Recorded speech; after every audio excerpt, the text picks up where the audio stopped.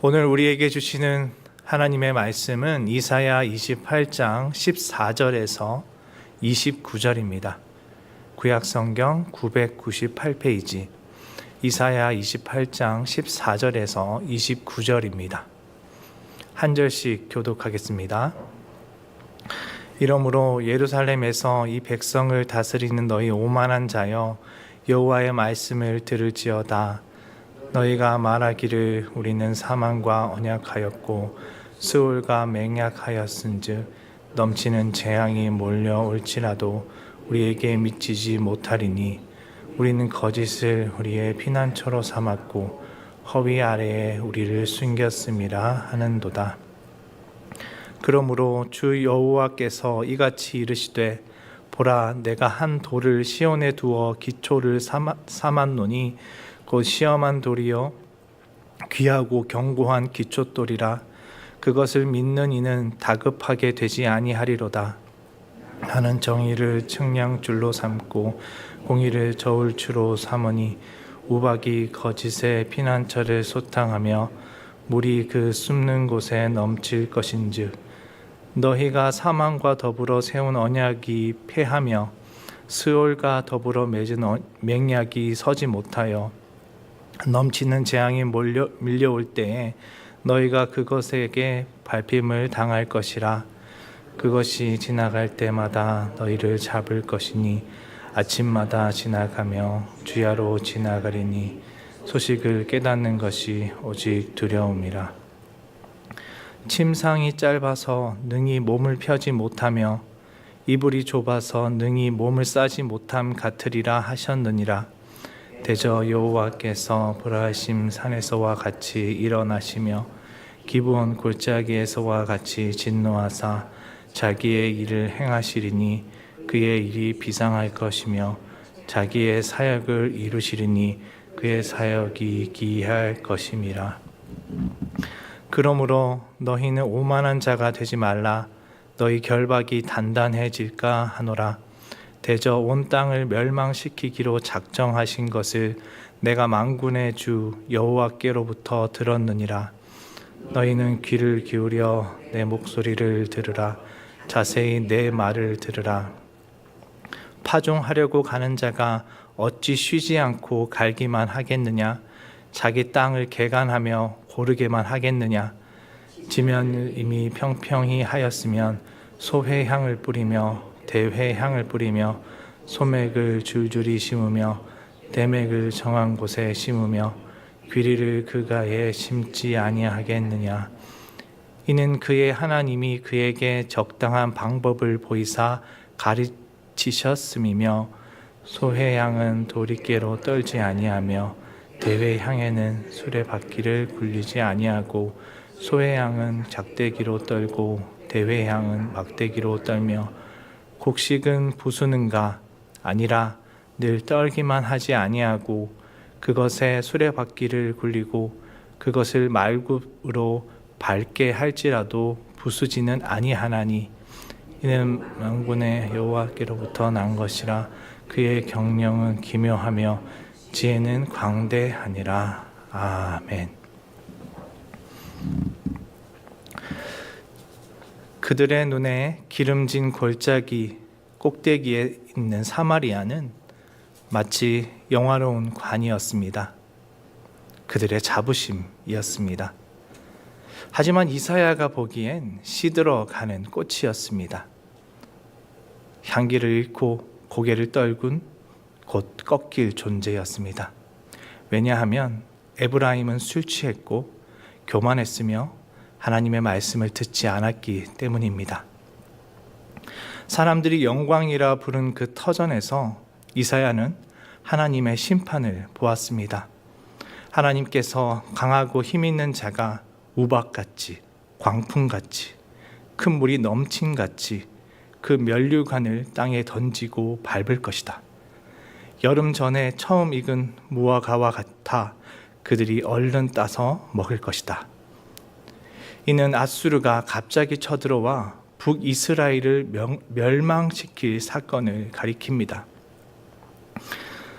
이러한 이사야의 경고에도 북이스라엘 제사장과 선지자, 지도자들은 포도주에 취해 여전히 비틀거렸고 재판 자리에서도 실수를 저질렀습니다. 이사야는 그곳을 악취가 나는 토설물로 가득 찬 곳이라 했습니다.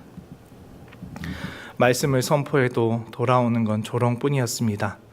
그들은 이사야에게 자신들을 어린애 취급하냐며 네가 뭔데 가르치냐고 따졌습니다. 심지어 그의 말을 흉내내며 어린아이와 같이 웅얼거리기까지 했습니다. 블라블라블라. 이사야는 말씀을 거부한 대가를 알려줍니다.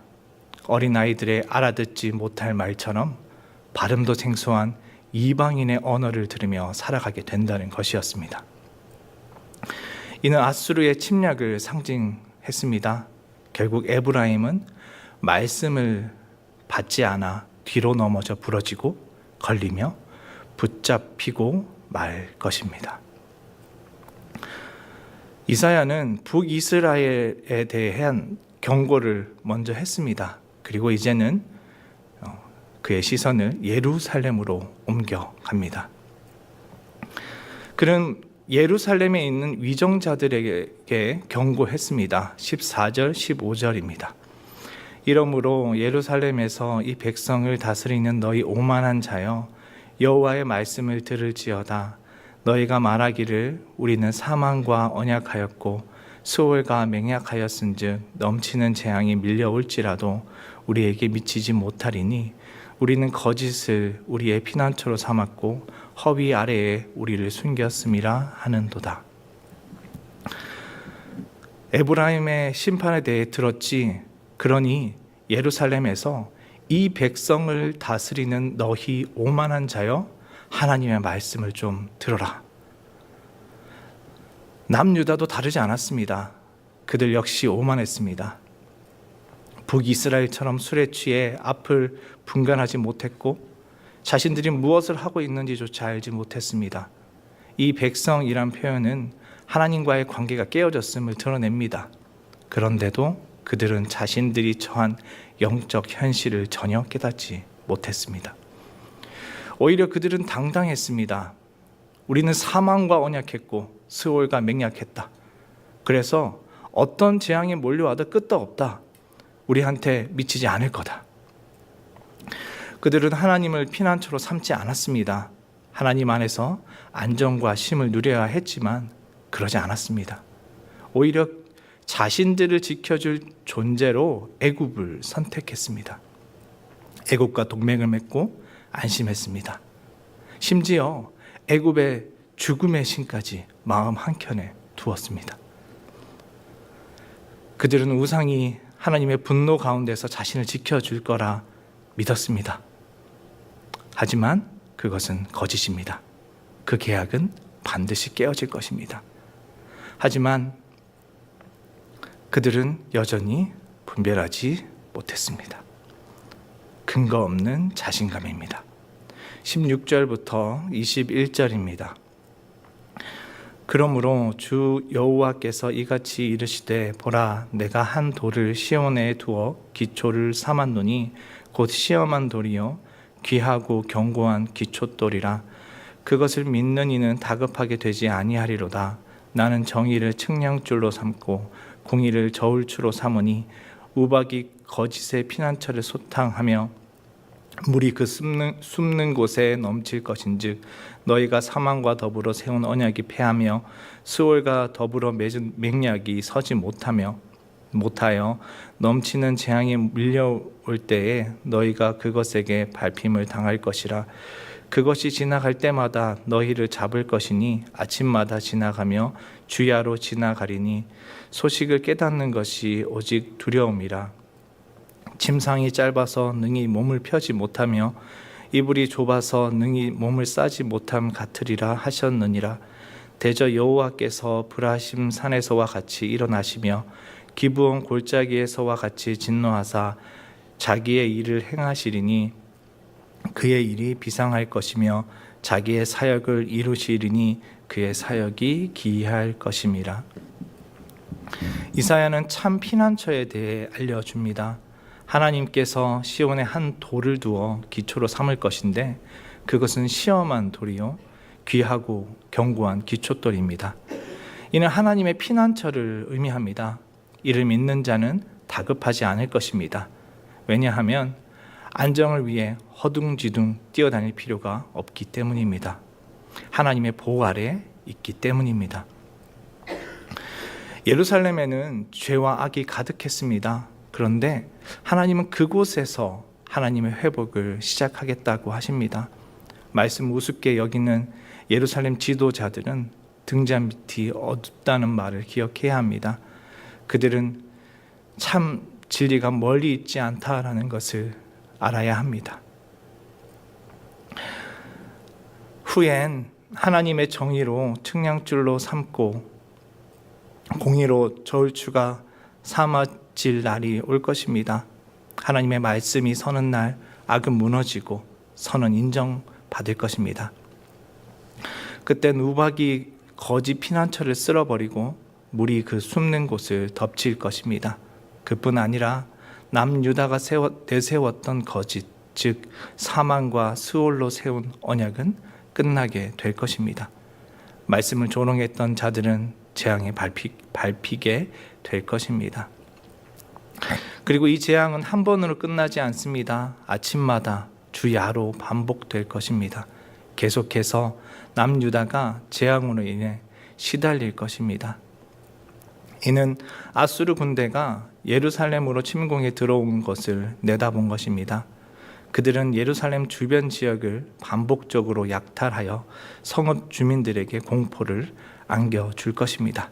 그들의 침공 소식은 두려움이 될 것입니다. 그리고 이사야는 속담을 통해 말했습니다. 침상이 짧아서 능히 몸을 펼 수 없고 이불이 좁아서 능히 몸을 감쌀 수 없을 것이다. 침상이 작아서 눕지 못하고 이불이 좁아서 몸을 덮을 수 없는 것처럼 충분하지 않을 거란 뜻입니다. 가짜 안정은 결국 아무도 막아주지 못합니다. 그것은 불완전하고 쓸모가 없습니다. 그들에게 유일한 희망은 하나님의 말씀을 듣고 하나님을 피난처 삼아 돌아오는 것뿐입니다. 만약 남유다가 돌아오지 않는다면 그들은 하나님이 행하는 기이한 일을 보게 될 것입니다. 하나님은 이스라엘과 함께 하시며 대적들을 물리쳤습니다. 브리심 산에서 다윗을 도와 블레셋 군대를 물리쳤습니다. 또한 기브온 골짜기에서 여호수아와 함께 가나안 5 왕들의 연합군을 쫓아냈습니다. 그때 하나님은 태양을 하늘에 머물게 하셨습니다. 그런데 그 전쟁은 이제 반대가 될 것입니다. 하나님은 이방 나라가 아니라 오만한 남유다를 향해 진노하고 칠 것입니다. 택한 백성, 언약의 민족이나 안도함은 깨어질 것입니다. 그들이 의지했던 보호는 거짓이었습니다. 22절, 23절입니다. 그러므로 너희는 오만한 자가 되지 말라. 너희 결박이 단단해질까 하노라. 대저 온 땅을 멸망시키기로 작정하신 것을 내가 만군의 주 여호와께로부터 들었느니라. 너희는 귀를 기울여 내 목소리를 들으라. 자세히 내 말을 들으라. 그러니까 이사야는 오만한 자가 되지 말라고 합니다. 결박이 더 단단해지기 전에 돌아오라고 호소합니다. 하나님은 죄로 물든 땅을 멸망시키기로 작정했다라는 것을 알기에 이사야는 답답함과 간절함으로 외쳤습니다. 귀를 기울여 내 목소리 좀 들으라. 내 말을 들으라. 이사야는 돌아오면 하나님이 그들을 바꾸실 거라 믿었습니다. 아무리 그들의 마음이 돌같이 굳었어도 하나님은 갈아엎을 것입니다. 여호와 하나님이 구원하신다라는 이사야의 이름의 뜻처럼 하나님은 거룩을 상실한 자들의 구원을 위해 일하실 것입니다. 24절부터 29절입니다. 파종하려고 가는 자가 어찌 쉬지 않고 갈기만 하겠느냐?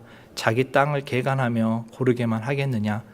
지면을 이미 평평히 하였으면 소회향을 뿌리며 대회향을 뿌리며 소맥을 줄줄이 심으며 대맥을 정한 곳에 심으며 귀리를 그 가에 심지 아니하겠느냐.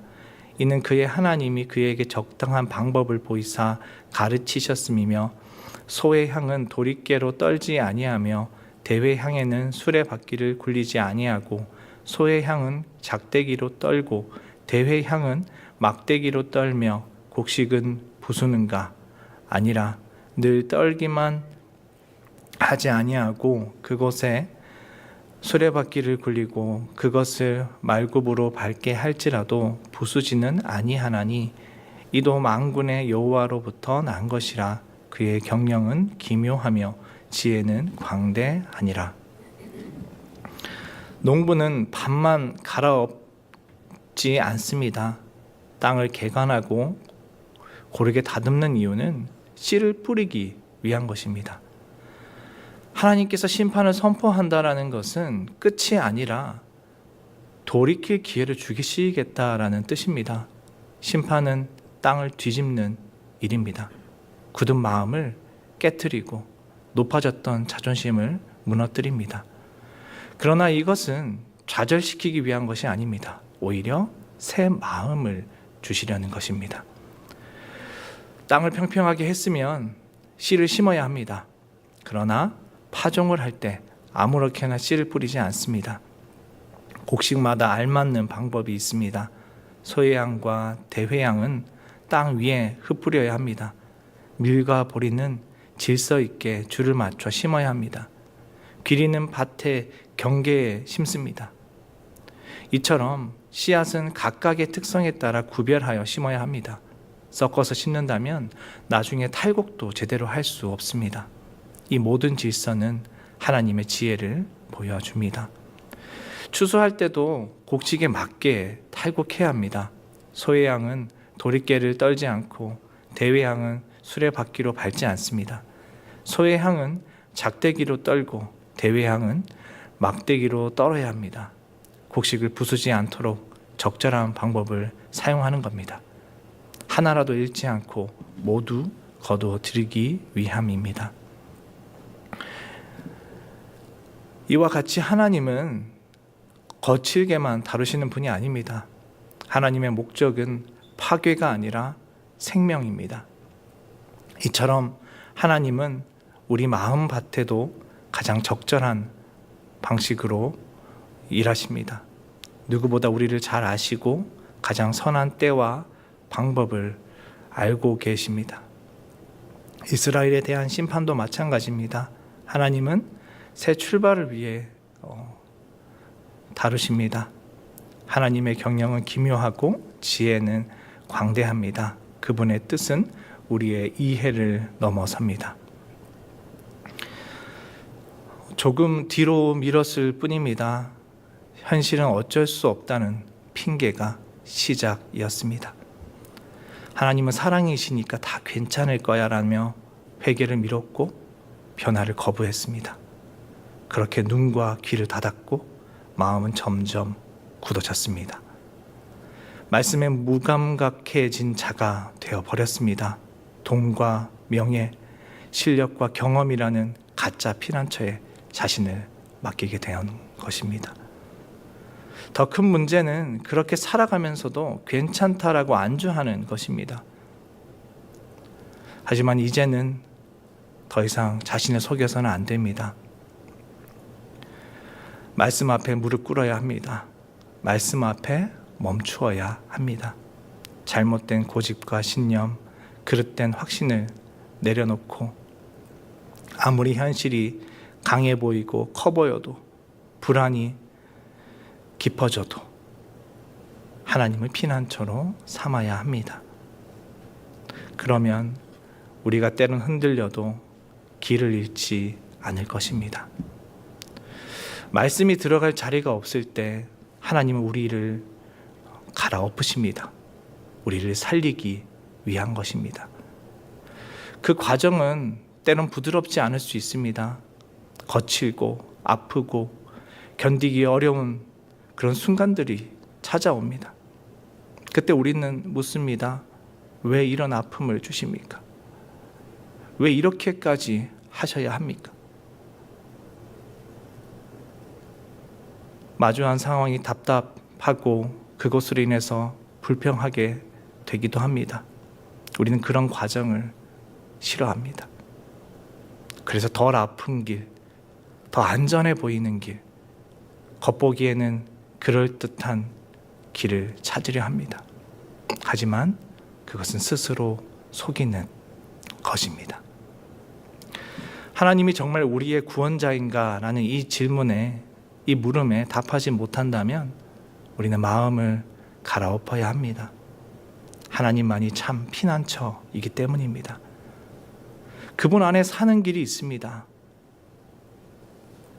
눈을 감고 허우적거리지 말고 기초부터 다시 든든히 세워야 합니다. 가슴 속에 있는 고집과 아집, 교만을 다 긁어버려야 합니다. 하나님께서 우리 안에 거하시도록 말입니다.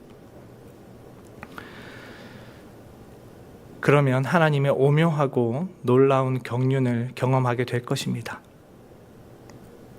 저는 아파도 좋습니다. 부끄러워도 좋습니다. 무너져도 좋습니다. 그래야 말씀이 스며들고 생명이 움트고 하나님이 내 안에 거하실 수 있다면 기꺼이 제 자신을 그렇게 내려놓겠습니다. 하나님, 나를 만져 주옵소서. 연약한 우리 마음이 굳어지기도 할 것입니다. 그때마다 마음을 갈아엎을 수 있다면, 하나님이 새로운 것을 시작할 수 있도록 우리 자신을 내어 맡길 수 있다면 그보다 더한 복은 없을 것입니다. 기도하겠습니다. 하나님 아버지, 굳어진 우리의 마음을 깨워주사 주님의 말씀이 심기게 하여 주옵소서. 우리가 하나님을 참된 피난처로 삼고 말씀을 듣는 자가 되어 주님 안에서 자라가도록 이끌어 주옵소서. 그리하여서 풍성한 열매 맺게 하옵소서. 또한 우리로 빛의 자녀답게 행하여 누가처럼 주님의 말씀을, 주님의 이름을 빛낼 뿐 아니라 착함과 의로움, 진실함에 빛의 열매를 맺어가는 삶을 살아가게 하옵소서. 이를 위해서 세상의 신을 벗고 하나님 앞에 나아갑니다. 저희를 붙들어 주옵소서. 예수님의 이름으로 기도드립니다. 아멘.